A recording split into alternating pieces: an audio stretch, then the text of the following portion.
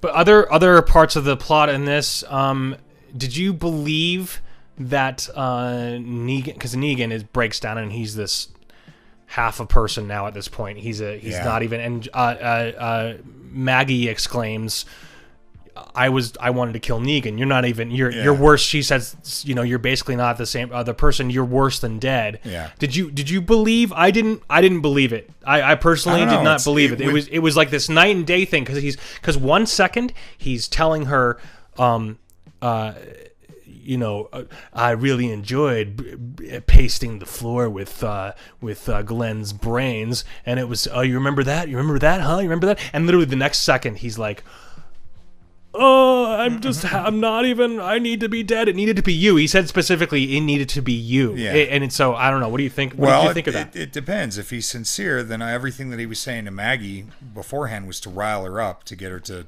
okay, kill him. Okay, I see that. But with Negan, I mean, is it just a con? Is it just a... I don't know. That's a good question, because I want to believe that he actually is a broken man. He seems like he is, and putting on this facade of this tough guy. But at the same time, I mean, it's very possible he could be messing with Maggie.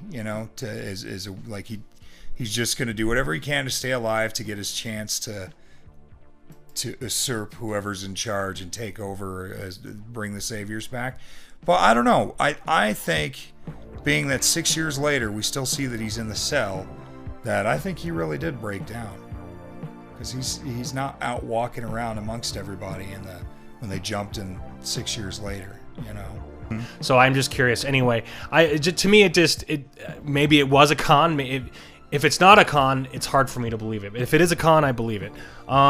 It was anyway. I don't know. He seems pretty deranged. It could be his breaking point. Maybe that's what he's been wanting to do ever since his empire started crumbling, was to, die, go out like a martyr or something. I don't know. It'll be interesting to see where they go with that in the next few episodes, and it will be interesting to see if they pick up still in the present, in the aftermath, to show how everyone deals with Rick supposedly being dead, because they all think he's dead. They never find a body, so they must assume that he just exploded in the explosion. Yeah. But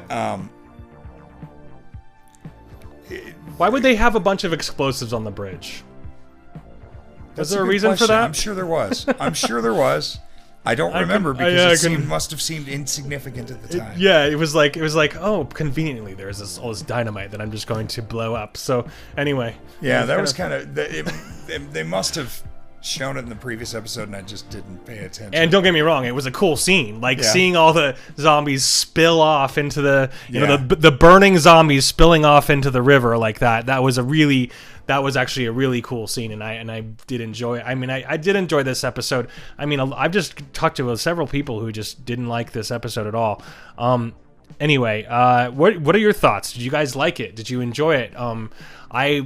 Personal highlights, of course, Shane and Herschel, seeing both of them visit Rick from beyond the grave, and of course the total scene with this seeing everybody dead there in the pile there that he kind of talks to Sasha in. She describes how this whole thing is not about you or me, it's about all of us. Did you get anything out of that particular scene? I think that's what kind of Rick's been saying for a few seasons now. That it's about all of us and not just individuals. Keeping everybody surviving. Yeah, like it's not about... I mean, I think we've talked about this before. He's the reluctant leader. He becomes the leader because he's got the natural instinct. He's a police officer, or was a sheriff. It was a good episode. It wasn't a great episode because, again, a bit of a cop-out. Save it for later. Really? I just feel like going through all that just to save him. Well, I think I just picture them on the writing room floor, and they're just like, okay, Rick wants to see his family. Let's take care of the guy. It's been 10 years. He's been with this show for 7 or 8, 9 years. 8 years, 9 seasons. 8 years, 9 seasons that he's been with us. He wants to see his family. He never gets to see his family anymore. Let's work with him and make each film an event film. I mean, I'm fine with it. I know that it might seem like lazy writing, but do you think it's lazy writing? It's a little bit of lazy writing, but I mean, no show is perfect.